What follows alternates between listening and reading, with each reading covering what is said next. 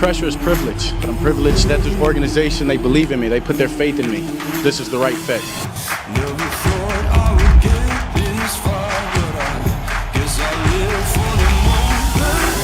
And never in a million years did I imagine not being a Cowboy once I put on this uniform and put on this star. This is my home. I'm not leaving. I'm a Cowboy.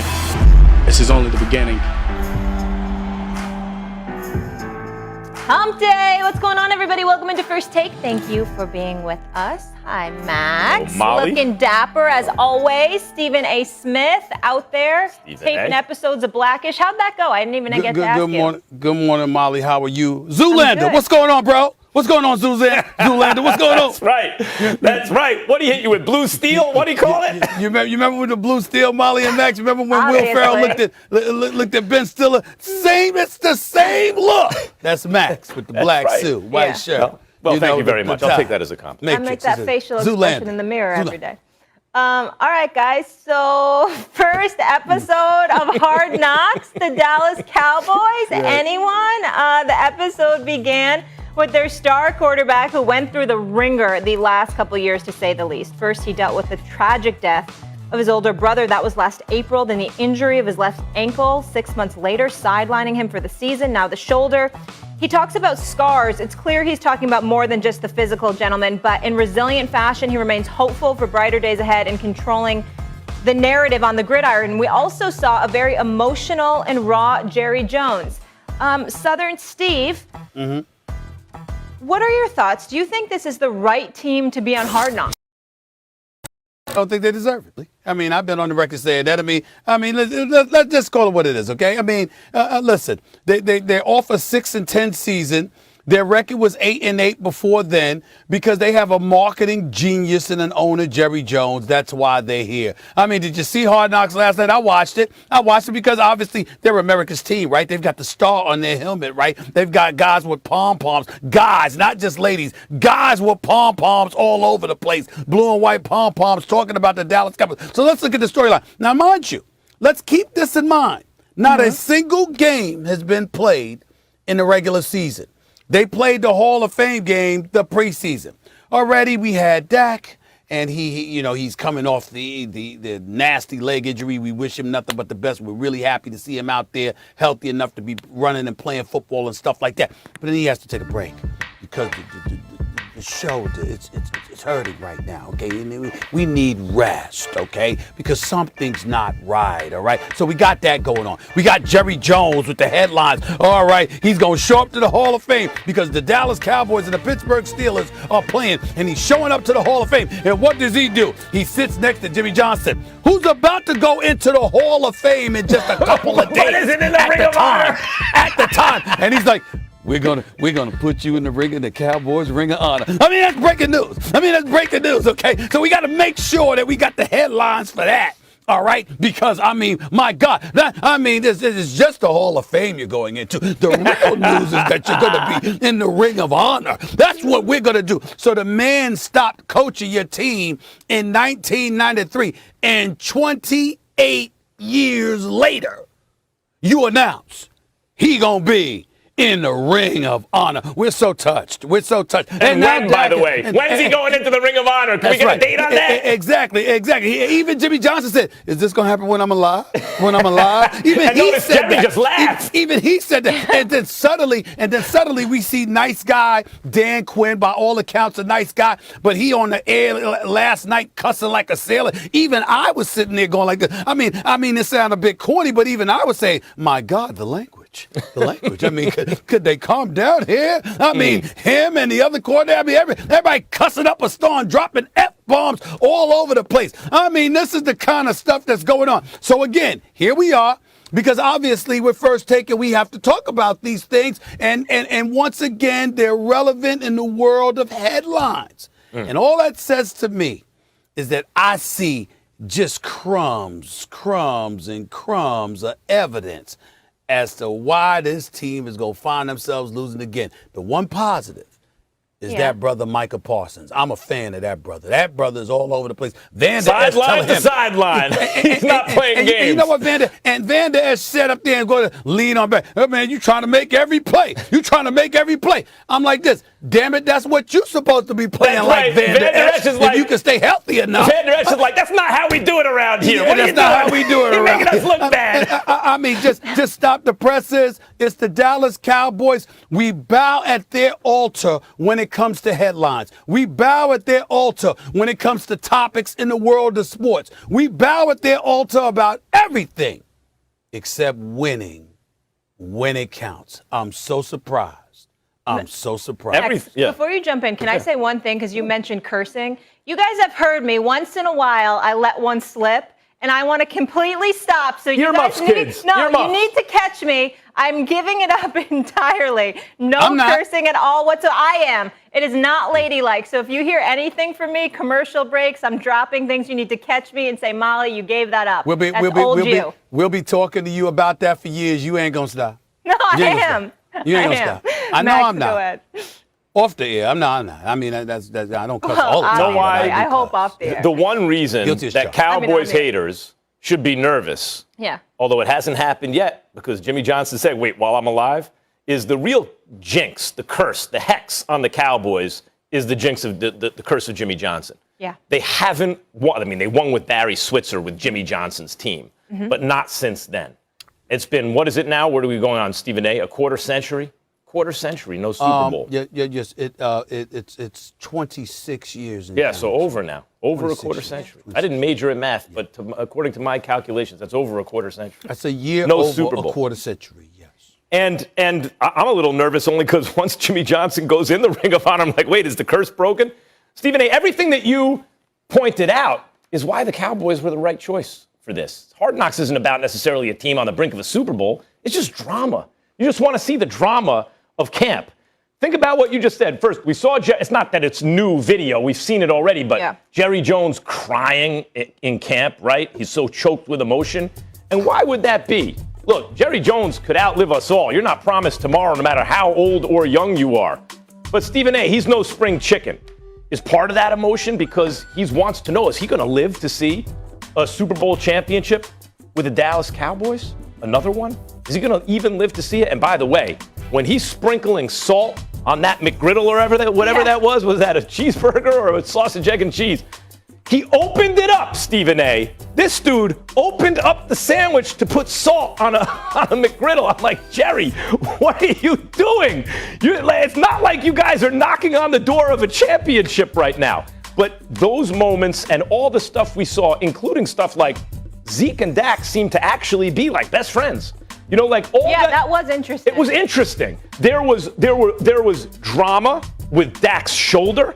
In fact, if anything, I think Hard Knocks could have done a better job amplifying that. It almost went under the radar because there you had Mike McCarthy upset that his reps were too high in practice. Remember the number 575, whatever that related to?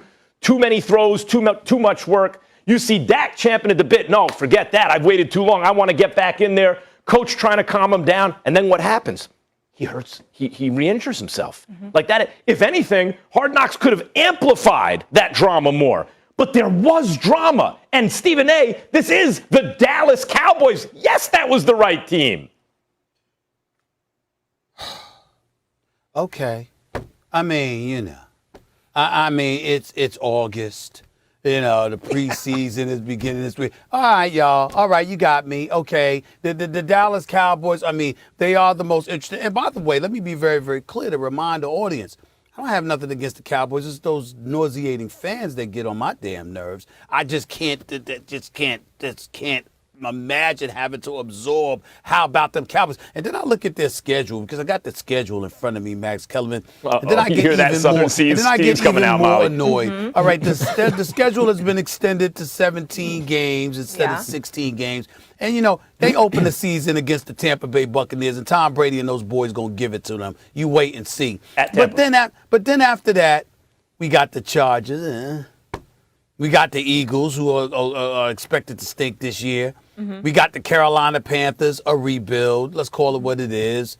the Giants. Let's not act like. Come on, y'all. Just stop it. Just stop it. Saquon's running wild on them Cowboys. Just stop it. And then Tiger. after that, New England, even though they're formidable, we understand that. I mean, again, Cam is your quarterback. I got to see it to believe it. You know that. And then the Vikings and Kirk Cousins, whatever. Denver, Atlanta. I mean, I'm just looking at this schedule right here.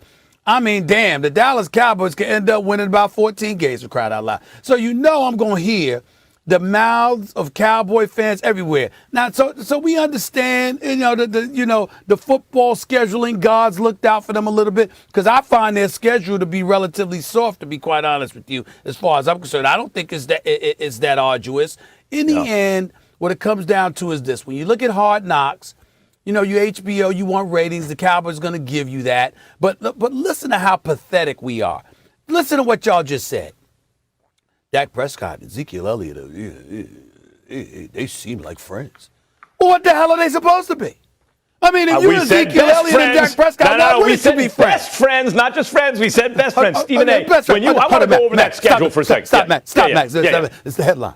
They're best friends. That's right. I mean, Max, it's so touching. So the quarterback that has the running back that usually is rushing for over 1,200 yards, usually is carrying the ball 300 plus times. I mean, that guy, the quarterback is tight with. Wow. I mean, stop the presses. I mean, you can't make this stuff up. Now, how in God's name has this happened? A quarterback and their running back really get along. I mean, since they were drafted. Really? Since they were drafted, they came in together. I even thought it was interesting, and they could have blown it up more, how when they were drafted, Ezekiel Elliott was the big deal. Dak was a fourth rounder. And now it's flipped. But I'll say this about Zeke. Even the fact that you heard Mike McCarthy talking with Stephen Jones, like how much better shape Zeke was in, and then you consider the lines coming back. I want to talk about what you said about the schedule, Stephen A. That is instructive. And it's not instructive because I think the Cowboys are going to win 14 games. The schedule is not very tough. And yet, I heard some losses in there. I wasn't sure how many they win, and that tells you what you really think about a team. Their strength of schedule tells you what you really think about them, because no matter who those teams are, if you don't really believe the team is that good, you're like, oh, that might be a tough game. That might be a tough game. If you think they're great, I don't think the Cowboys are great. When you started going through those teams, I think at Tampa, that's a loss. You talk about the Chargers, you're like, the Chargers should be much better this year. I don't know the Cowboys win that game. The Eagles are a mess, right? But that's an NFC East rival. We all know what happens in the NFC East. No matter how good one team is and how bad one team is, they seem to play in close games. Panthers ought to be a win. The Giants, another NFC East team, I think is going to be better than the Cowboys this year. The Vikings are solid. Like, when you go through that schedule, you're right. It is a soft schedule. Yeah. And yet I heard losses in there, which tells me, at least to me, and I suspect to more people than they realize, we don't think the Cowboys are that great. Stephen A., I want to go back to the point that you just said that you think they're going to win 14 games, because we can't just slide by that. I don't mean that literally, Molly. I'm just saying that they're going to have there's a few cupcake components in this schedule here, and it's conceivable they could. I don't know. I'm thinking more along the lines of 11 and 12 as opposed to 14, but there's a lot. This is not a strong schedule, is what I'm saying. No. That's I'm thinking like 9 wins. But where I wanted to go with that is, how many playoff games do you think they're going to win? Maybe 1. Oh, they're gonna fall. Make no mistake about that. They're not going to win. I mean, they're gonna fall. But Molly, do you understand? He needs them to win 14 games so they can fall. I just set myself up by But I gotta tell you, it's like, listen, if it wasn't for their fan base, I wouldn't even be rooting against them. Listen, I like Dak Prescott. I like the fact that he got his money. I thought it was well-deserved, well-earned, and far too late on arrival. He deserved it sooner than he got it. Ezekiel Elliott, we know, is a stud. The brother can run with the football. You look at Amari Cooper and Gallup and CeeDee Lamb. We know these brothers can play. And I appreciate the fact that, listen, Dan Quinn, the way he was talking reminded me of that former defensive coordinator in Seattle rather than the head coach in Atlanta. You understand? So I expect their defense, which couldn't get much worse, to be significantly better. Stephen A., before we get off the subject. And I also see these brothers that are on the staff just sprinkled throughout the Cowboys roster. And I'm always going to root for African-American coaches, and I ain't apologizing for that to a damn soul. So all of those things are pluses for Jerry Jones, my buddy. My Libra buddy right there. You know how I feel about my man Libra Jerry Jones buddy. and Stephen Jones, by the way. But them damn fans are going to get on my nerves because I'm seeing stuff here that the Cowboys are going to be allowed to disguise their eventual ineptitude for a few more months, a few more weeks rather than I would prefer. You know, but we're going to talk Dan Campbell a little later in the show, but here's another thing, real quick. Mike McCarthy, with that mojo moment thing, didn't that feel forced to you? We're going to try and create mojo moments. How does he think the team is going to react to that? Did he get his mojo moments? He played them Austin Powers. He's trying to think out. It, to me, fell so flat and pointed out why I believe Mike McCarthy was the wrong coach for the job. I just saw a lot of cussing. And even though I cuss from time to time, you understand what I'm saying, which my pastor gets on me about, with in all fairness, Pastor A.R. Bernard from Christian Cultural Center in Brooklyn, New York. I love that man dearly. I have tried to fix my mouth, sir. It is true. But here's the bottom line. I was looking at the Cowboys yesterday, and I was like this, man. You know, they cussing a little bit too much, man, a little bit excessive. It's like they playing for the cameras. I said, so not only is Jerry the salesman, but you got a bunch of salesmen on your roster and on your coaching staff too. They just seem to be a little extra. You understand? Which is no surprise. Which is no surprise. That's who they are. We'll see what that ends up meaning in the end, Howard. I've never cursed in my life. I don't know what you guys are talking about. All I know is I'm about to Google Libra personality traits now that I know that Jerry Jones and Stephen A. are both Libras. Right there. What commonalities there? Well, that's some analysis there, Molly. He's going back to Cali full circle. Earlier this month, Russell Westbrook was traded to the LA Lakers. The 9-time All-Star has averaged a triple-double in the last 3 of 4 seasons and recently created history when he broke Oscar Robertson's record for most triple-doubles. Here is Russ yesterday. I mean, honestly, this stuff happened so quickly. This happened so fast, last week or 2 weeks or so. But we've had brief conversations and talked about obviously what we need to do and how we need to do that. And we'll address that as training camp and as the season comes along, and we'll figure it out. Russell, do you feel like you have anything to prove? No, I don't. I've been blessed and thankful to be able to be in this league so long and lucky to be able to play and be healthy. Max, start with you. Do you like Russ saying that he has nothing to prove? No, I don't. I hate it, as a matter of fact. And I get it. Look, Russell Westbrook leaves it all on the floor every night. What else does he have to prove?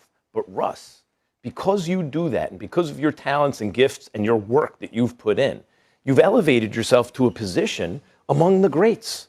And among the truly great players, we want to know who wins championships because it indicates that they're the best. Now, Russell Westbrook could bristle at that and say, no, that's about the team. But Russ, why is it that if anything, you sometimes do too much? Right? Because if your teammates can't do it, you just got to take it upon yourself. Because that's how competitive you are. You want to win. You need to win. Now, it's one thing if you were on a team where we look at the roster and go, all right, come on. And it's an imperfect roster. No roster's perfect. But you have, I really believe, maybe for the second time in Russell Westbrook's career, he has a legitimate championship squad around him. 2016, I thought that was a championship caliber roster. They didn't get it done. The Cavs did. The Warriors didn't. Neither did the Thunder. Okay. Now, for the second time in your career, Russ, you got a legit championship caliber squad around you. And so we want to know, how great are you? Can you be one of the central pieces that is so good that you guys win a championship? We're looking at you, not as a role player or whatever, but as a central figure in the nucleus of a potential championship team. Of course there's something to prove, because you don't have a championship yet. Here's the deal. I don't disagree with you, Max. I just want to go a little bit deeper in all seriousness, because obviously Russell Westbrook and I have had some differences, and I've addressed that. He's addressed it as well, and everything's cool. Here's the deal. He does have something to prove, first of all, that he can win a championship. Period.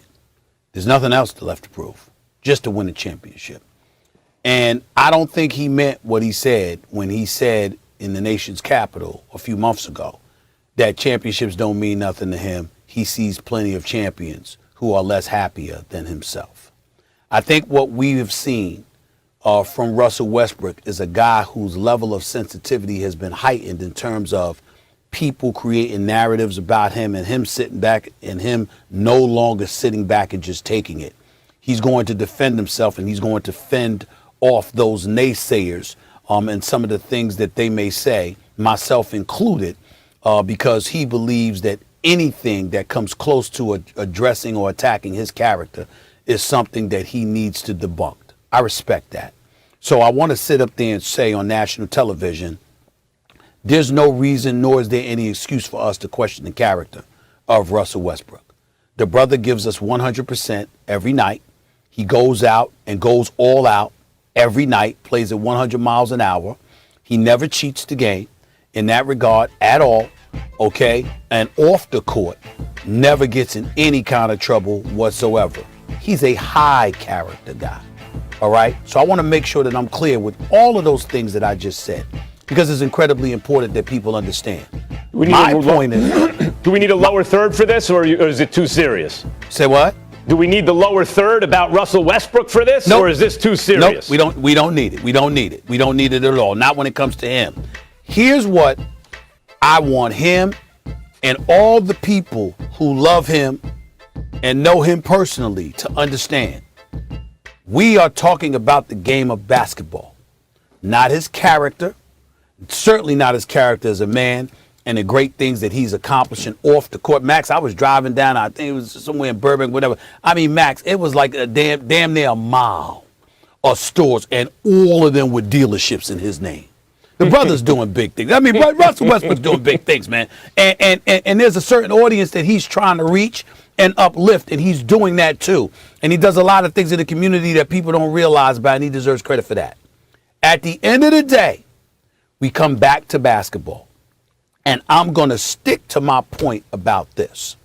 When you are that great, as great as he is, I don't want to see you in Washington for a team that's squeezing into the playoffs. So that was 13 games under 500. Now, he can't help that. You want to get the hell out of Houston, you got to go where they sent you. And then ultimately you end up landing where you really, really wanted to land, which is back home here in L.A. wearing a Lakers uniform. Fair enough. But now that you're here and you're an L.A. native, and you started at UCLA, you know what time it is. You know what Laker Nation expects. You know it's about the chip.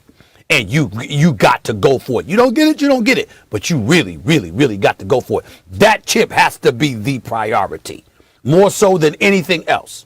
And in the end, when you look at Russell Westbrook, this is what the bottom line is going to be. He's going to the Hall of Fame.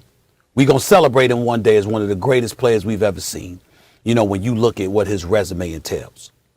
But Kevin Durant, Serge Ibaka, Reggie Jackson, James Harden, then Victor Oladipo, Paul George, then James Harden again, Bradley Beal, and now LeBron James and Anthony Davis were all teammates of yours at one point in time in your career. It's not a good thing if all of those teammates are people that you had and you don't have one single championship to show for it. No. Period. You got to, that has to be the priority. And again, like when he says he has nothing to prove, no, he doesn't. As an individual performer, no, he doesn't. As a Hall of Famer, Hall of Fame credentials, no, he doesn't with any of those things. It's just with one thing and one thing only. At some point in time, when you got those kind of teammates, you got to have at least one chip to show for it. Let me just say, we're going to miss Russell Westbrook when he's gone. Yes, he's one of those guys we're going to, and if any, for all the haters, you're only hurting yourself because you're missing the ride. Exactly. We're going to tell our grandkids that we saw Russell Westbrook. He's that kind of player. Mm-hmm. We want him to win a championship because, almost out of gratitude, most Westbrook fans, because I think fans want it for him more than anyone else. So that on top of all that other stuff, we'll tell our grandkids about him, we can say he was a champion, an NBA champion. Max, when you say, last point, when you say we're going to miss him when he's gone, you're absolutely right. We're going to miss him when he's gone. But we're also missing him when he's going home in the first round. Because we see inferior players that are playing deeper into their seasons. Now, obviously, it might not be because of them. It might be because of the teammates they have. But I'm saying nobody expected much from you last year because you was in D.C., and we know they didn't have that kind of squad. Yep. This team, Got LeBron and AD. there All are right, hard out here, expectations guys. for these Lakers. Make no mistake about it. No and question. Everything And they we'll gave have away more on Russ later. was We'll worth get it. into it. This is the third former MVP LeBron will have played with. Shaq and D Rose, the other two. Gentlemen, more hoops when we come back. Luka's wish may have come true when he got paid the Supermax this week. But as for next year, he's hoping for better team chemistry. We are reading the tea. Monday, Luka Doncic became the youngest player to sign a $200 million deal at 22 years old. He inked a 5-year, $207 million extension. Shortly after signing this new deal, the Mavericks held a press conference in Slovenia, which included Doncic, Mark Cuban, Jason Kidd, Nico Harrison, among others. One glaring statement was Doncic wanting to improve team chemistry. Listen for yourself. I know we made some great moves in the free agency, but I think one of the most important things to win is the chemistry that the team have off the court. Like for example, in Slovenia, we had amazing chemistry the whole time, and I think that led us to winning games. And I think that's what we need in Dallas. Max? Yeah. Let me ask you this. With the Sixers still shopping Ben Simmons, should the Mavs target him to pair with Luka? Yes, they should. And Stephen A., this was Jordan Schultz's idea when we were covering the draft a couple of weeks ago. You were on vacay, and at first I was like, hold on a second. You got a point guard center combination in Simmons and Embiid and in Luka and Porzingis, which on paper you go, okay, you got your ball handler, you got your big. Why would anyone do a deal to put the two ball handlers on one team and the two bigs on the other? Well, because it's not working right now as is. Porzingis is a distressed asset, obviously. So is Ben Simmons. Ben Simmons is available, Stephen A. And what's the issue with him? At first blush, you go, wait a minute. He needs the ball in his hands, and so does Luka. The issue is he can't shoot. That's the issue. Maybe people will question his work ethic in terms of working on his shot, but he can't shoot. He can do everything else at historically elite levels. He's one of the best defenders you ever want to see. Versatile, big, energetic, willing to play it, take on tough assignments, and he does it really, really well. He has the best handles at his size of all time. Show me another 6'10" guy who can handle like Ben Simmons, even 6'8", 6'9", right? This guy's handles are ridiculous. His court vision, his basketball IQ, everything except the shot. Well, the thing about the Mavericks is you don't need to shoot. You can have one player who gets who in the dunker spot, or Simmons can be off ball oftentimes. That's the whole criticism in the playoffs. You got to take the ball out of his hands. Yeah, it's in Luka's hands. But it's not like Simmons can't handle and make plays. The basketball IQ and ball movement on a team with Luka and Ben Simmons would be through the roof. Ben Simmons got warts. You want to point out what you don't like about him? That's why he's available. Otherwise, a dude entering his prime who does everything just about as well as you ever want to see anyone do it at his size wouldn't be available. So you got to accept the warts. But if they could swing a deal for Ben Simmons, you got Luka and Ben Simmons, oh my God. And who says that'll be the end of the star collecting in Dallas? But it's an excellent start. I disagree. I don't like it at all. I'm not knocking Ben Simmons as an overall talent because I think he's a star in the making. I just think that he's, listen, he doesn't even have to get a perimeter shot. He's good for 23 a night if he could just hit free throws. Literally could just hit free throws. He's good for 23 a night. But when you look at him and Luka, I would remind you, Max, that when you think about Ben Simmons, he was absolutely horrific, shooting at about 30% from the free throw line. I think it was like 15 or 45 in the series in the 7-game series against the Atlanta Hawks in the semifinals. He shot, I don't know what his number was for the season, but it wasn't that impressive, like 61%, I believe, something like that. He can't hit free throws. That is a problem. And so because that's a problem, think about Dallas and how they're constructed. We simply don't know as of yet. But they're not rife with shot makers, okay? So that's problematic in and of itself. If you put Luka and Ben Simmons on there together, yes, Luka averaged 27 a game. I would remind you that Luka shot 73% from the free throw line. He shot 53% from the free throw line in the playoffs. 27 of 51 free throws.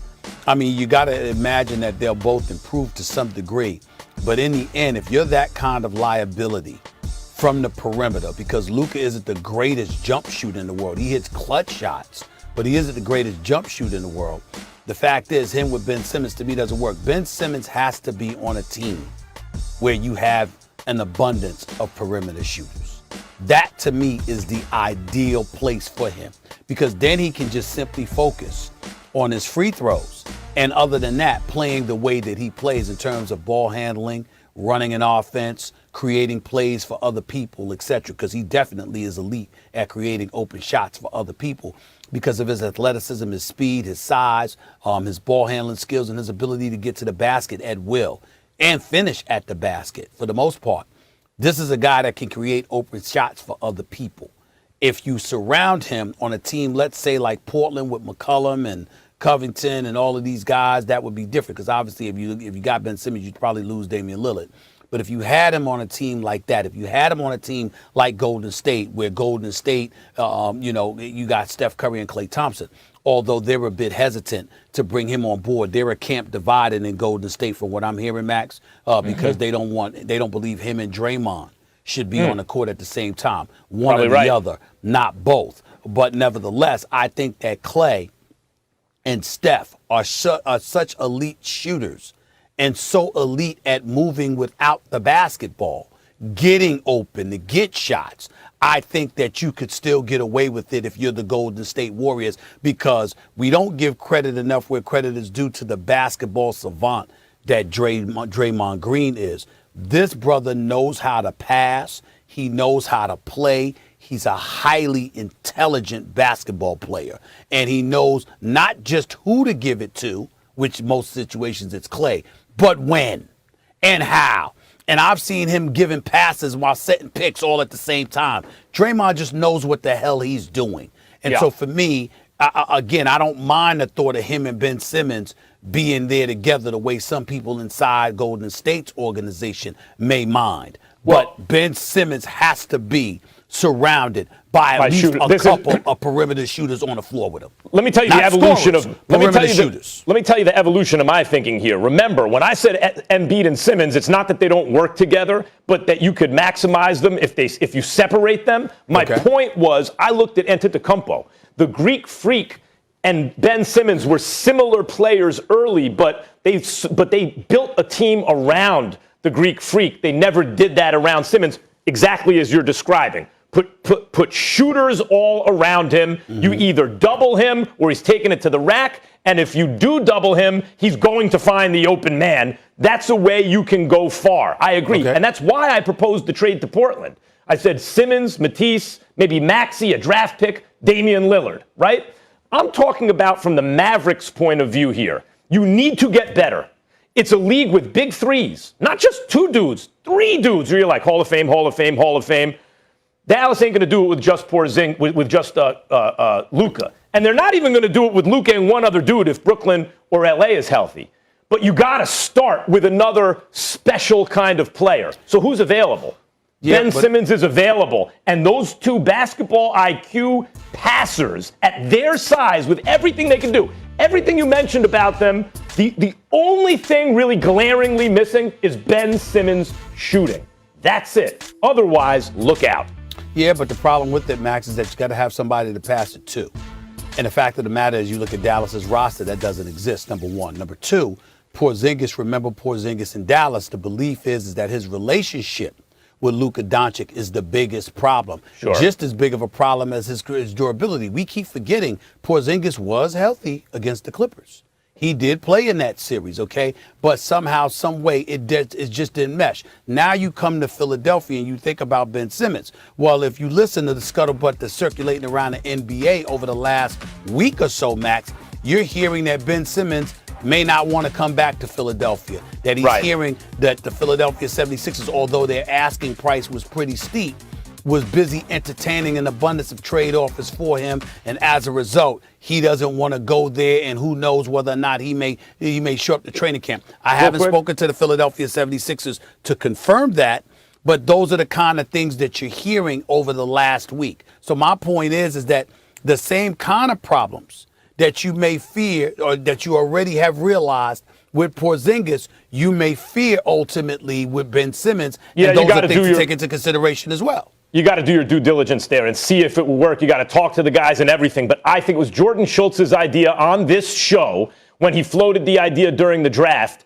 And at first I was skeptical. The more I thought about it, the more I liked it for Dallas. I want to say one thing real quick. I was digging into Philadelphia 76ers Twitter, right? I was looking, what do the fans have to say? And one fan brought up, I found the numbers, I forgot his name, I apologize, but brought up Ben Simmons plus minus in the 4 losses to Atlanta, right? When he was on the floor, the 76ers in the 4 losses to Atlanta were over +4. So they were winning by at least 4 points. When he was off the floor, they were minus 32 and change. So as bad a rap as he got because he doesn't shoot it at all, he can't shoot free throws, he is so good in every other area. He was still a net plus in those 4 losses. I think he's a star. I think he's a star in the making. He hits free throws. He's a star. Free throws. He's a star. Yeah. He's got almost everything. And a little floater would be nice from 8 to 12. I got a number for you. Luka averaged 35 in the playoffs. Okay. 10 and 8. 35, 10 and 8. Alabama, no big surprise. Numero uno in the coaches poll. Paul Feinbaum, my guy, joining the show. Get it. Alabama is set to begin the 2021 season as it ended last season. Surprise, surprise. Atop the polls, the Crimson Tide received 63 of the 65 first-place votes in the preseason coaches poll. The other 2 first-place votes went to Oklahoma, who is ranked number 3. On that note, we welcome in the mouth of the South, the host of the Paul Feinbaum Show, the one and only Paul Feinbaum. Good morning, Paul. Molly, it's great to be back. It's so good to see all of you. Yeah. Long time, Paul. Long time. Likewise.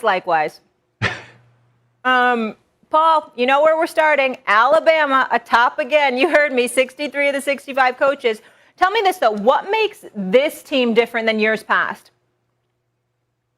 Well, it's younger, and that's a real concern if you want to find things to get upset about. I mean, everyone watched the draft and saw Mac Jones leaving, the quarterback, and Najee Harris, the running back, and the 2 great wide receivers, Devontae Smith and Waddle, and so many other players that are too many to mention. However, there is some good news. The defense at Alabama is going to be better than it's been probably in 5 or 6 years. The defense has been pedestrian the last couple of years, but they really didn't need a great defense with Tua Tagovailoa and obviously Mac Smith and all the compliments around the quarterback. So I think that's important. The question really is that quarterback, Bryce Young, he's already a millionaire according to his coach Nick Saban.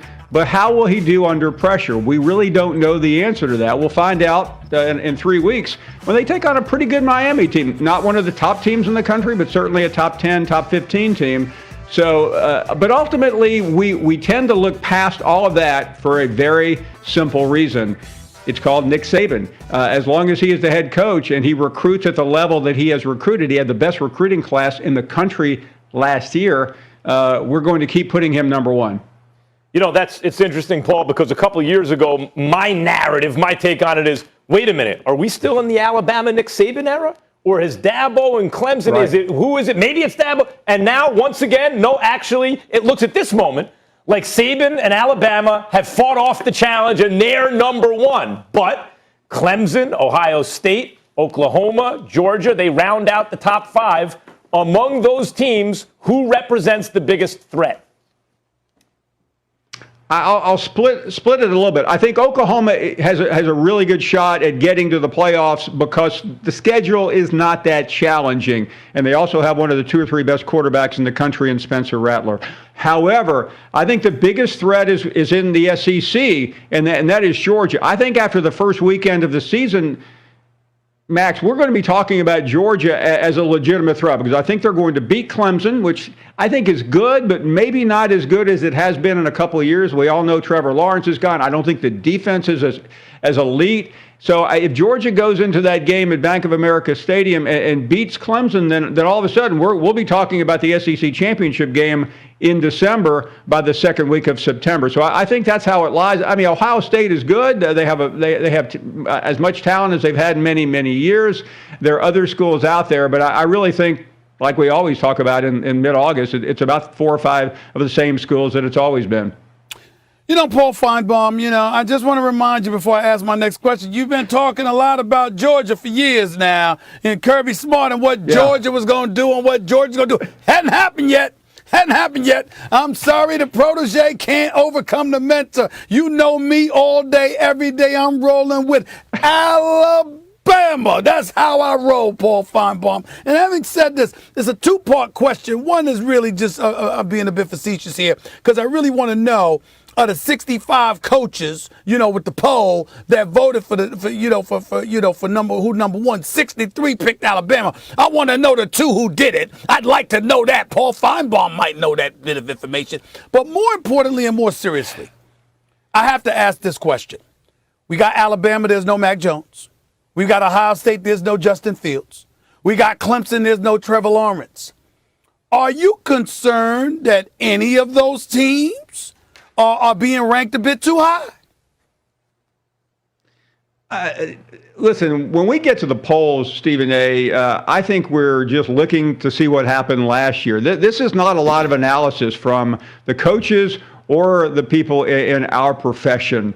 It's always the same, and I think you could make a very strong argument against Alabama. But we get hung up on the head coach, and we just assume, because he's been doing it better than anyone has ever done it, that he'll find a way. As far as Georgia's concerned, I hear you. It's only been 41 years since a national championship. Herschel Walker was a freshman. I know that's a name from the past, but I think, in all fairness to Kirby Smart, he's easy to take shots at. But he has a really great program there because he recruits as well as anyone. So it will take a little bit of luck. He had double-digit leads against Alabama in the national championship game. Yes. I remember. I saw you there, Stephen A. Yes, you were on the Tide sideline, of course. Nice and objective. And then he had a 17-point lead in the SEC game, and he just can't seem to get over that. He even led Alabama last year at halftime, and I didn't think anybody led Alabama last year that were so good. But that's something he'll have to deal with, whether it's before Saban leaves, whenever that is, or not. But usually these things come down to 1 or 2 plays. I know you're a big Dabo fan. I know I've seen you kind of sneaking into town, talking to the team, trying to get them fired up. I mean, Max, this is what I love about Stephen A. Benedict Arnold! He goes Benedict Arnold, look at him! Hey, by the way, Stephen A., I don't know if you heard this or not, but in your spot last Friday night, speaking to the team, 2 years ago or 3 years ago, it was Stephen A. Last year was Mike Tyson. They snuck A-Rod in there in your place last Friday night. So I don't know if A-Rod can deliver like Stephen A. Because I still will say that they told me in Tuscaloosa the speech that Stephen A. gave to the team, best ever. What can I say? I mean, listen, I love my man, Mike Tyson, who, by the way, has a great podcast. But you're going to have to forgive me, Max, if I don't think that he can talk like I can talk. Mike, he doesn't mean it. Mike, he doesn't mean it. I got you, Stephen A. Don't worry. Mike, turn off the TV. Don't worry about it. He doesn't mean it. Mike Tyson has an incredible. Mike Tyson is just one of the most interesting public figures in America right now. Listen, Paul, I want to ask you about something other than Alabama, although I suppose we could bring this one around to Alabama too. What's the future of college football with Oklahoma and Texas leaving the Big 12 and joining the SEC? It is not good if you are not a member of the SEC, which currently sits at 14 and will go to 16 in 2 years or 3 years or whenever it is. Max, it sounds cliche to say this, but we are about to get the NFL light. We're going to see 32, maybe 36 or 40 schools that compete every year for the national championship, and quite frankly, only about half of them are going to be contenders. A lot of conferences are literally falling by the wayside. This is like the Big Bang Theory, a million or a billion or a bazillion years ago in space, and I really don't know how to prop up these leagues. I mean, the Big 12 is saying we're fine. No, they're not. The Pac-12 is saying we don't need to do very much. Yes, they do. The ACC has to make a move, and the Big Ten, certainly of all the conferences, needs to do something. But the problem is there's nothing to do. There's almost no one left. Texas and Oklahoma, two of the biggest brands in college football, and you just can't manufacture a brand. Notre Dame's the only other school out there that is not currently in a conference that could make a difference. The rest of them are table scraps. Listen, I'm just grateful that we're going to have college football, right? That's the exciting part. You want football on Sundays or Saturdays and Sundays? Yeah. I'll take both. It was a year ago today, August 11th, at this very moment, when the Big Ten and the Pac-12 decided they weren't playing college football. It was one of the most amazing afternoons that I have ever watched. It looked like the world had come to an end, and look where we are now. Yep. Absolutely. In a better space. Getting there for sure. Paul, always good to see you. We will talk to you soon. LeBron, Westbrook. AD and Bron are friends of mine first. And me being their teammate, my job is to come in and uplift them. And they do the same with me, vice versa. And as the season prolongs, we will figure it out. There will be ups, there will be downs, and that's normal. That's okay. But we will figure out how to play the best way that we want to play to be able to win a championship. Russ, AD, LeBron. It's a pretty strong big three, if I do say so myself. But Max, is this the best big three that LeBron's played with? The answer is yes, it is. Yes, it is. And I will tell you why. LeBron played, let's look at his big threes. LeBron played with Kyrie Irving and Kevin Love. Tell me who among them, other than LeBron, was ever a thought as an MVP of the league. Kyrie has never been thought of that way. No one's ever made the case. You know who should win MVP of the league this year? Kyrie Irving. Kevin Love has never been thought of that way. Neither one. Between Dwayne Wade and Chris Bosh on that big three, at that point in their careers, Wade was still a great player, but not as great as he once had been. Wade was not perceived by anyone, nor did anyone make the argument in those 4 years in Miami. You know, Dwayne Wade maybe is the MVP. No one even thought it. No one made the argument. And Chris Bosh is a great player, but also at no point in his career did someone look at Chris Bosh and say, 5-star player, meaning 4-star being an all-star, 5-star MVP. That didn't happen. However, this big three on the Lakers right now, LeBron's a multiple-time MVP, and when last seen healthy, I remember arguments a couple months ago, he's still the best player in basketball. He's the MVP of the league. AD, when healthy, absolutely performs at MVP level. And by the way, we saw it in the playoffs with LeBron. You could argue AD could have won Finals MVP, but he's had multiple seasons of double-digit rebounds and high 20 points and PERs among the greatest of all time. No one would argue that's an MVP caliber player. Now, Russell Westbrook. Is that the weak link here? Russell Westbrook? Russell Westbrook was a 30-point triple-double on average for the season. 30-point triple-double. Stephen A., he didn't start averaging 23 and 22 and 25 points because he couldn't still drop 30, 32 points. He did it because he's actually a team player. Look, Paul George, I need to get him the ball more, whatever. The point totals dropped. And because he's on a different team every year with different teammates, first half of the season, he's figuring it out. We're all like, oh, look at that. Russell Westbrook's not as good as he used to be. But then he figures it out. And second half of the season, every single year we go, that dude's playing at MVP level. We said it this year, the year before, the year before that, the year before that. So yeah, LeBron James has never been on a team, ever, with even one other guy we look and go, that's an MVP caliber player. Now he's playing with two of those guys. And Stephen A., it's true even if they don't win the championship because they're playing in a league where another team has even more in the Brooklyn Nets. You're wrong, number one. Number two, you have no clue what you're talking about. And the reason why you have no clue what you're talking about, Max, is very, very forgivable because your logic is deniable in this particular situation, Vicky. from iRobot. We know I like this. Spock. I like Spock. But Vicky was Spock too. Spock Kellerman works too. Either way, I see what you're doing with the Vicky thing. I'm not crazy about it. I understand that. Yeah, I got it. If it was a different name, that's fine. Vicky's, I respect that. Spock Kellerman. We'll use Spock Kellerman. But the reason why I say you're wrong, Max, is because you're looking at just numbers and you're not taking into account the moments, my brother. You're not taking into account the moments, the environment, the ambiance. Max, you have no idea. I don't care what you saw on TV. I don't care what you've done on TV to cover the Miami Heat in the LeBron James era. Was something special. I mean, I'm just getting a little bit emotional right now. Just hold on, let me compose myself with this. This is some special stuff, man.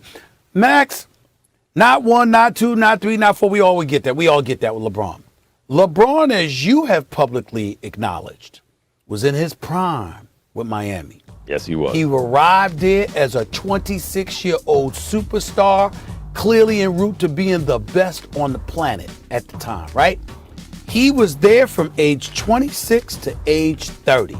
Chris Bosh is the same age as him, 26 to 30 years of age. He was, even though Chris Bosh stayed a couple of years longer than LeBron. And D Wade was 29, okay, averaging 25 a game. That first year, people were saying they were like the Beatles, man. Everybody, it was every day, were followed everywhere. I mean, they were just suffocated. I mean, it was crazy, all right? And LeBron James was just learning about winning. It's like when he went into that meeting and Pat Riley and them showed up to woo him to South Beach, even though him, Chris Bosh, and D Wade had already made the decision because Melo signed a 5-year deal with Denver a few years earlier that didn't give him an out in that third year. I always told you it was supposed to be Melo in Miami as a member of the Big Three, not Bosh, all right? But Melo messed that up, and that's a different story for another day. So it was Bosh, D Wade, and LeBron. And when you look at the pressure, when you look at the attention, when you look at the pariah that LeBron had become and how D Wade had to sit next to him for every single press conference to be protective of him like that big brother, and for them to go out there and to win 58 games and go all the way to the finals and knock off Boston in order to do it and all of this other stuff. I mean, it was special. And so when you look at it from this perspective, we can't even say that this Lakers squad is the best Big Three. We knew they were the best. The Miami Heat, when LeBron first arrived there, were considered the best. And they were the Goliaths that everybody was trying to knock off. The Lakers, we can't even say that definitively right now because LeBron is going on 37. AD, we got to hope and pray that he stays healthy.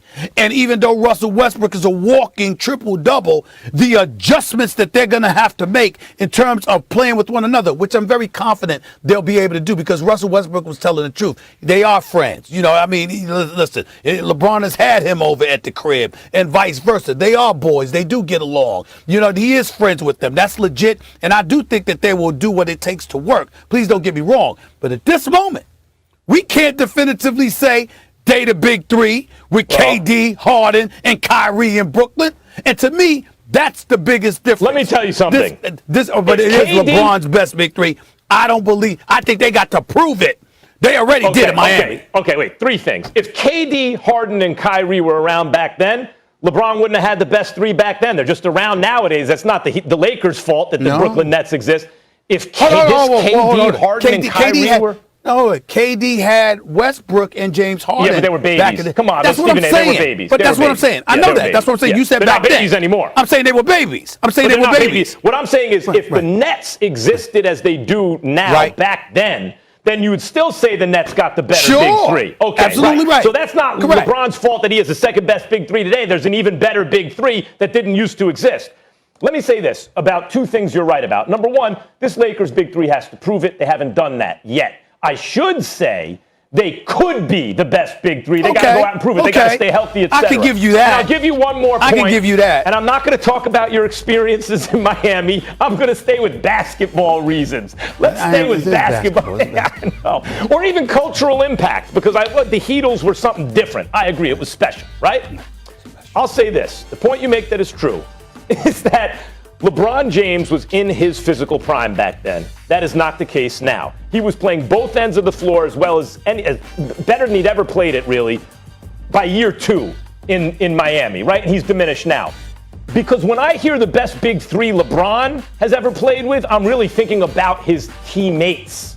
Dwayne Wade was only 29, but I think you would agree he wasn't quite what he'd been a couple of years before. And Bosh is a great player.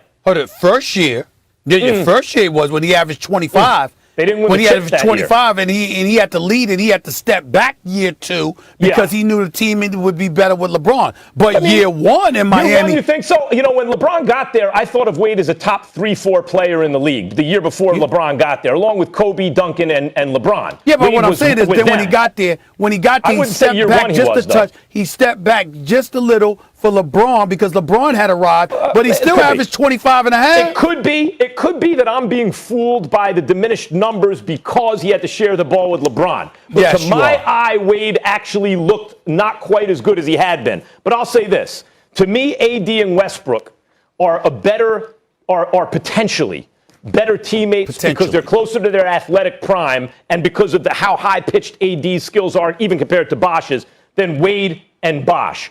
But they're going to have to prove it. They're going to have to prove it. They're going to have to prove it.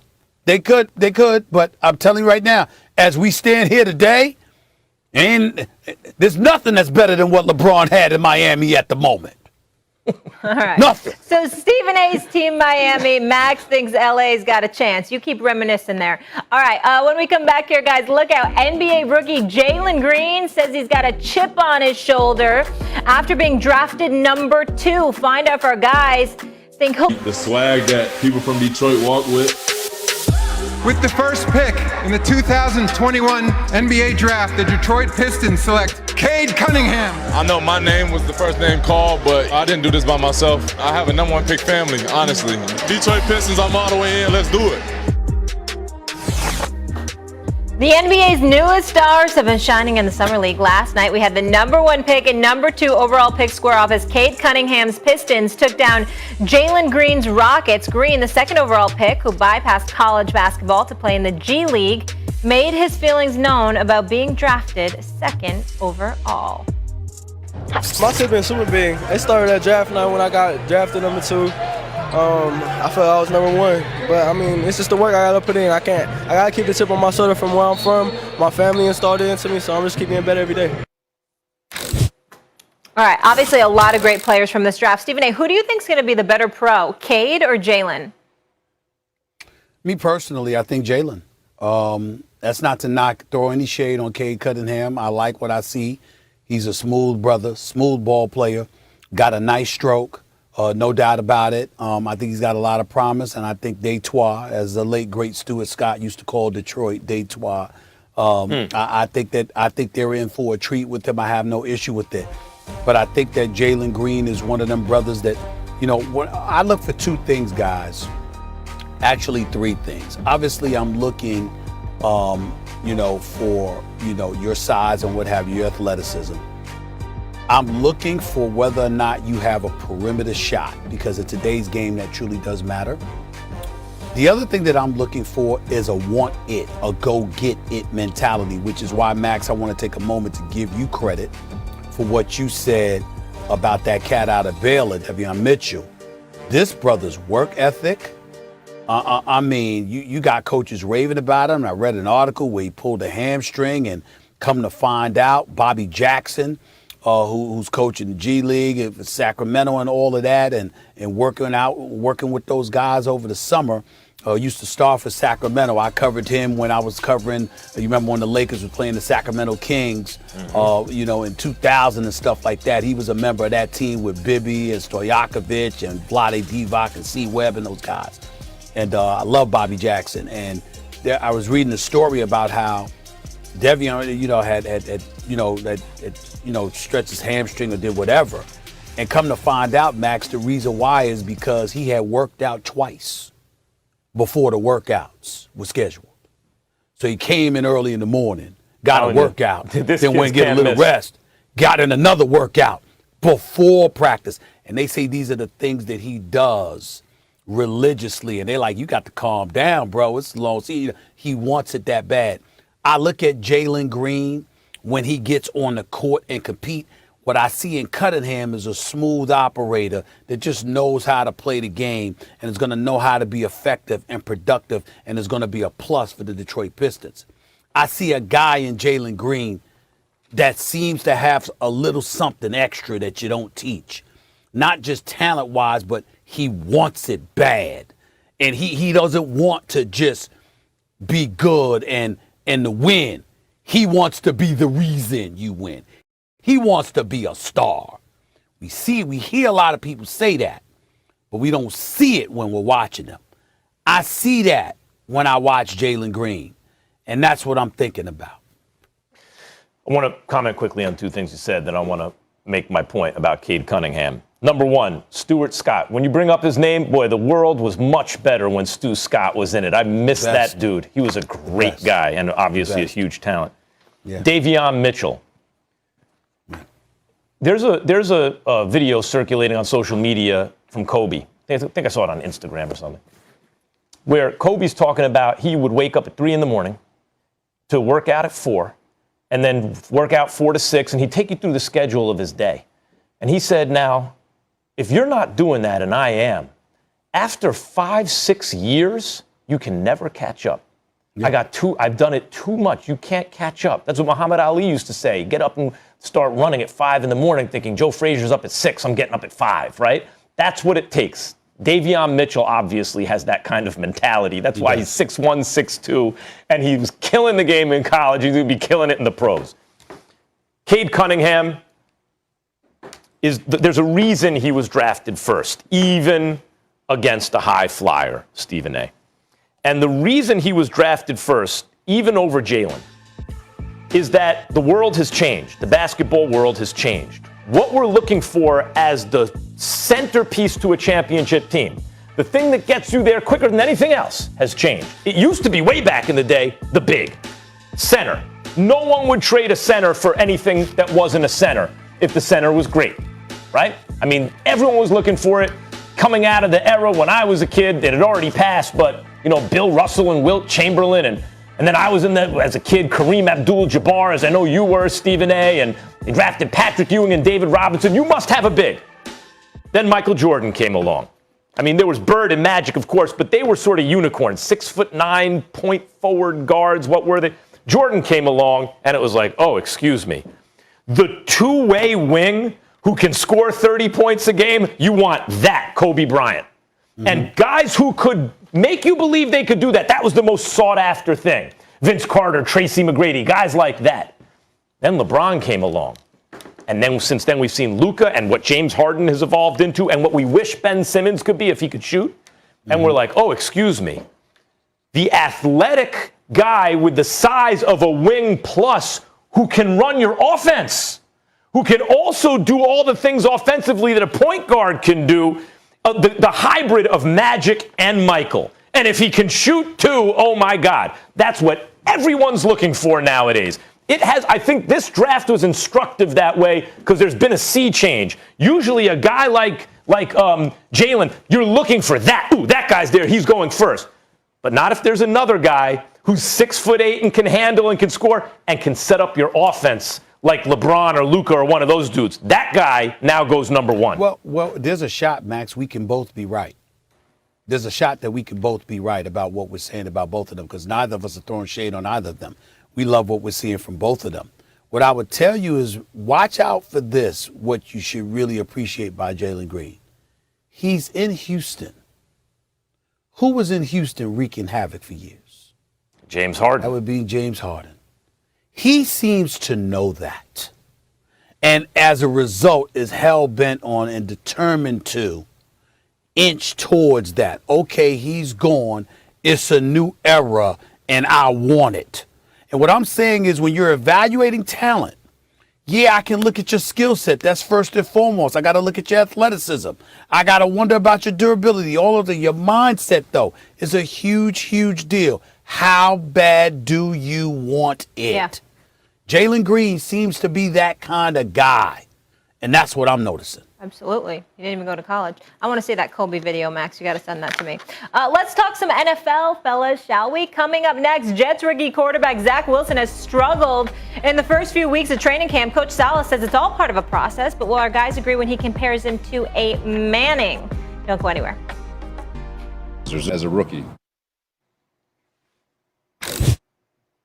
Hard not to root for him. We welcome in two-time Super Bowl champ Booger McFarland. Boog, good morning. Thank you for being with us. Well, it's almost afternoon at this point. I'm going to start with you, Booger. Do you think Sal is reaching with the comparison and mentioning Peyton Manning?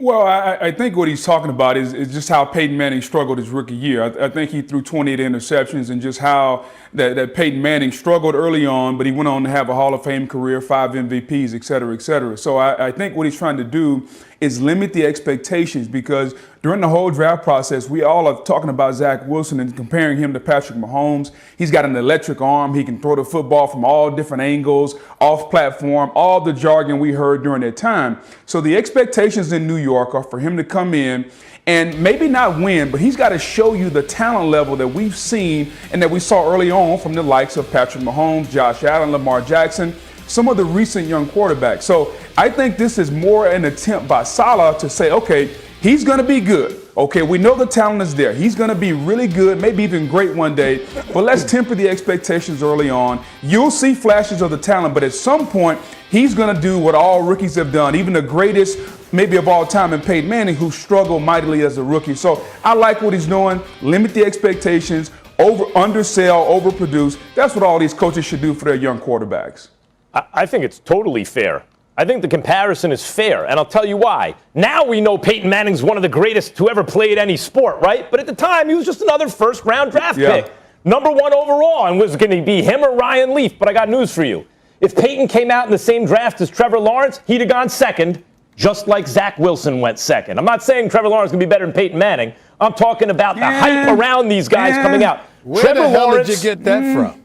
Where the hell did you get that from? That Peyton Trevor Manning Lawrence is the most hyped quarterback in terms of checking every single box of my lifetime. I would say you the only remember what Peyton Manning was like. Then you must be 23 years old. No. Then you must be 22, 23 I do years remember old. Peyton Manning. I remember Peyton Manning and that hype? Of course Peyton Manning was hyped. So was Andrew Luck. I don't think anyone came out as a better quarterback prospect than Trevor Lawrence. But I don't want to get into a side argument about that. The point is, he was drafted very, very high, right? Wow. Zach Wilson, for a reason. If Trevor Lawrence didn't exist, he'd have gone first overall, it looks like. Okay. Who has he been compared to? By people on this network. David Pollack, Ryan Clark. By the way, Jim Mora. A lot of people compared Zach Wilson to Aaron Rodgers and Patrick Mahomes. Even at first, if they're like, what, you're making that comparison? They went and watched, film and said, oh, yeah, I can see it. Now, Mina Kimes was on this show months and months ago saying, because I did the same thing. I YouTubed it. Oh, my God, maybe he should go before Justin Fields. This kid's great. And Mina pointed out, Booger, that, look, he's playing with a great offensive line against defenders, not like he's going to see in the NFL, and these are some of his growing pains. But if we're just saying based on talent, expectations, draft position, etc., is it fair to make that comparison? It is fair. I believe it's fair as well because, like Booger said, I wasn't taking it in a literal sense. What he's saying is that if one of the greatest, if not the greatest, you call Peyton Manning the greatest regular season quarterback, Max, in NFL history, okay? We all know that he was worthy of his Hall of Fame induction. He's one of the greatest ever.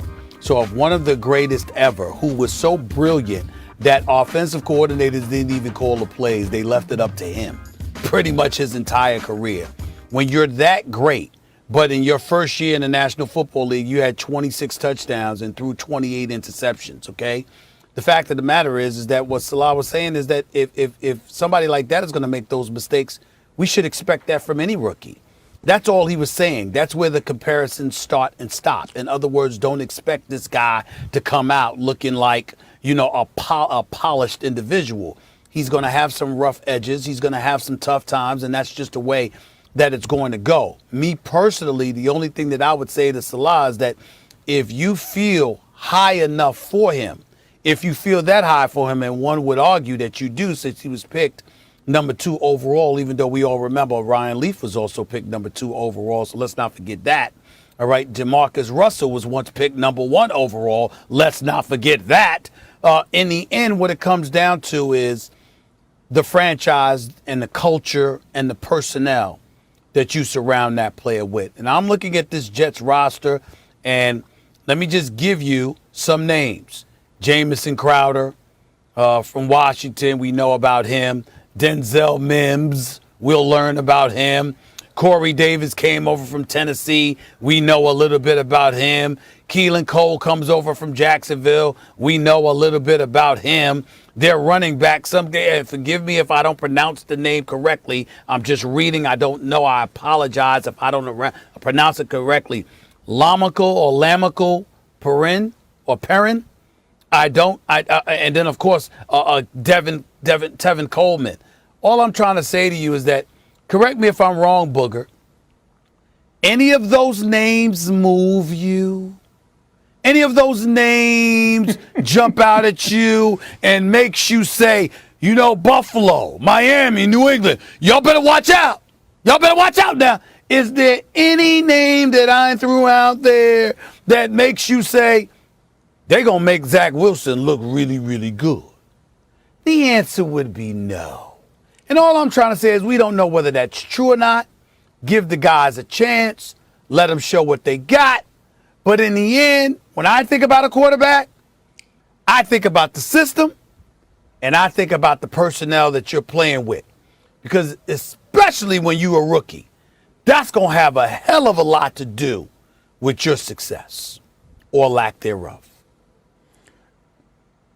You know, Steve, now I think you make a good point about the players around him. As far as the system is concerned, you know, we talked about the system in San Francisco with Kyle Shanahan being the best system for a young quarterback to come into. And we said Trey Lance is in a really good position. Well, let's not forget that Mike LaFleur is coming over and he's the offensive coordinator for the Jets. So if the 49ers system is the best, then the guy that's bringing the 49ers system to the Jets has to have a really good system also. So I think Zach Wilson is going to be in really good shape. The talent is not great, but I do think, unlike some of the other rookie quarterbacks in this league, present and past, he's going to be in a really good position to succeed because they're going to take advantage of what he does well, which is use his athleticism, get him in those off-platform situations where he can use that Patrick Mahomes, Aaron Rodgers-like arm. So I do think he's not going to struggle as much as Peyton Manning did his rookie year. But come on, man, it's the National Football League. All rookies are going to struggle, but he won't do it as much as some of those guys. You know who doesn't struggle? You know who doesn't struggle? The rookies who don't play. Patrick Mahomes didn't struggle as a rookie because he didn't play. And then his second year, he took the world by storm.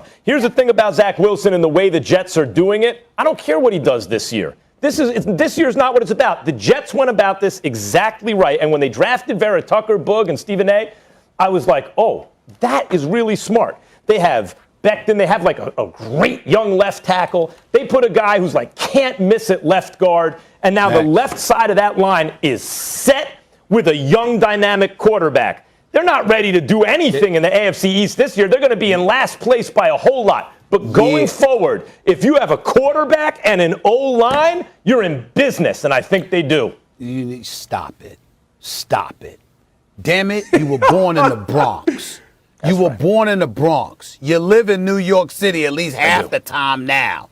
You know New York, okay? Being in the New York market's a little bit different.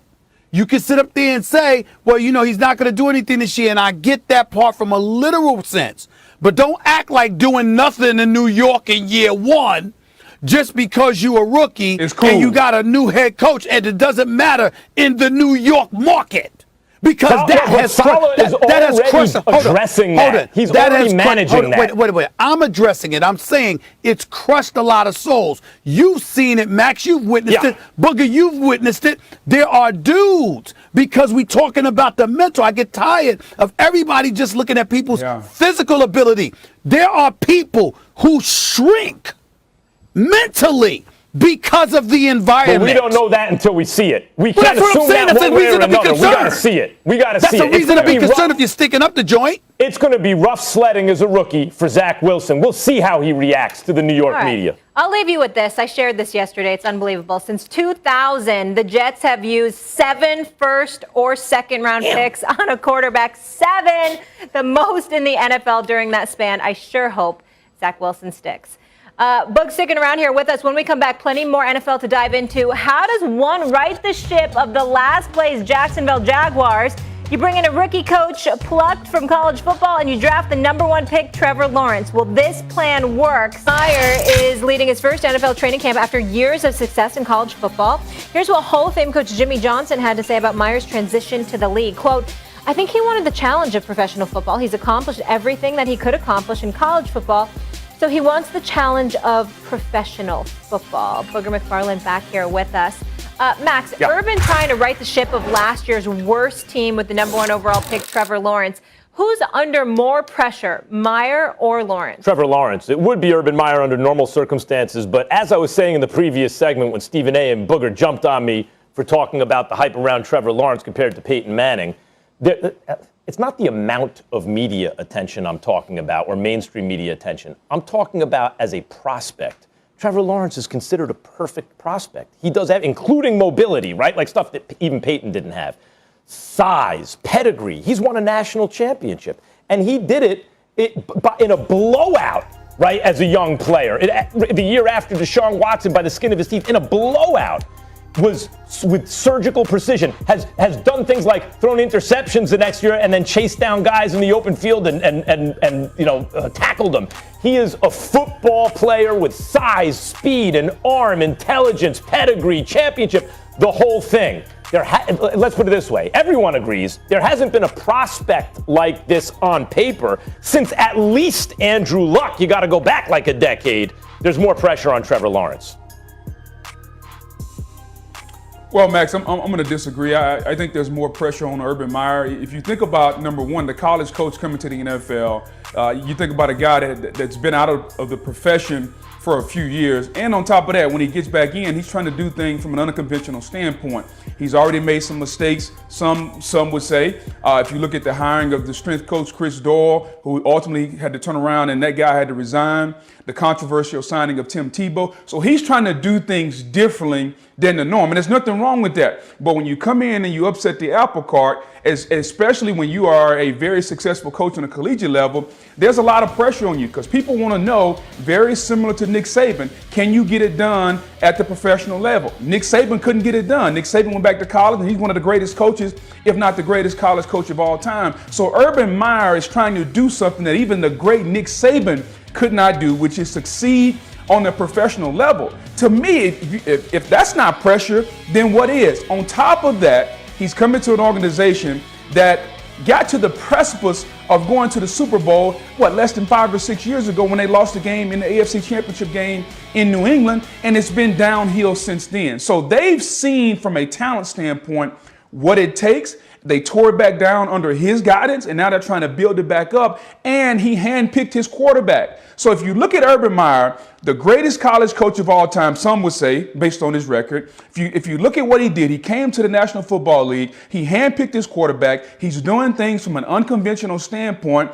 If that doesn't say pressure to me, Max Kellerman, then what does it say? He's under the most pressure, way more than Trevor Lawrence, especially if we're saying that the rookie quarterbacks are going to struggle anyway, like we talked about in the previous segment with Zach Wilson. So Trevor Lawrence isn't under any pressure right now. It's all on Urban Meyer's shoulders. Booger McFarland, for the first time that you've been on the show, I'm actually going to accuse you of being a bit unfair. I really think that you're actually unfair in what you just said. And let me explain why that is. Number one, let's understand something. Please do. Let's understand something here. Long term, when you look at Urban Meyer, he may be the one under the most pressure. Not immediately. The immediate pressure is on Trevor Lawrence. Okay? And the reason why I'm accusing you of being unfair, you know good and damn well, don't say he handpicked Trevor Lawrence. If Urban Meyer had passed on picking Trevor Lawrence, he'd have been the first coach in NFL history fired before he coached the game. He got fired. He got fired the night after the draft or the night of the draft. He had no choice but to draft. There's no way in hell Urban Meyer could have drafted anyone else but Trevor Lawrence with all the hype coming out. You know, Shad Khan and ownership for Jacksonville Jaguars, they'd have fired him before he coached the damn practice. It's just that simple, okay? And you know better than that, Booger. So he didn't have a choice. Trevor Lawrence, that's probably why he took the job to begin with. But you know, taking the job, Trevor Lawrence was going to be the #1 overall pick. We all knew that, okay? Now, if you're Urban Meyer, be clear, you're playing with house money. Y'all were 1-15 last year. You got to build this ultimate team sport. You got offense, defense, special teams. You got a 53-man roster. You got about 85, 90 people in camp. You got a practice squad. You got all of this other stuff. You got to pull together. You're a rookie head coach on a professional level. You got a rookie quarterback. Ain't no Jalen Ramsey's there anymore, or anybody, Leonard Fournette, or anybody like that. Those days have gone. Calais Campbell as well. Those days have come and gone. They all gone, okay? So you're literally building from the ground up with a team that went 1-15 last year. I think when you look at Urban Meyer, what we're going to look for is the development of Trevor Lawrence, and we're going to see what you're building. And as long as you win a few more games, I think that you'll be fine. Long term, the pressure's going to be meaning year 2, year 3, year 4. That will be on Urban Meyer. But this season, right here, right now, from open and tap, we're going to expect to see some special things from Trevor Lawrence. Maybe not that's going to generate wins immediately, but we're going to need to look at that quarterback and see a distinct difference between him and Zach Wilson, Justin Fields, even Mac Jones. And keep in mind, you're going to expect to see those differences. That's what we're going to be looking for. Keep in that mind, ain't about Urban Meyer. That's about Trevor Lawrence. Trey Lance it could easily take over. Garoppolo gets hurt a lot, and Trey Lance could take over an excellent team with a great offensive head coach. Real quick, Booger, we all know what the pressure is on Trevor Lawrence. It's that man right there. It's that man on the split screen right there. Let me tell you the line. I'm anticipating it already. Don't let Trevor Lawrence have more shampoo commercials than wins. Because that will be the line that you hear on this show. Right, more Max. shampoo commercials than wins. That was good. You're right. But we all know. Know he's going to be the number one product pusher for shampoo. Ain't no question about that. Ain't no every hair commercial. I don't know if any other athlete will get a hair commercial other than Trevor Lawrence.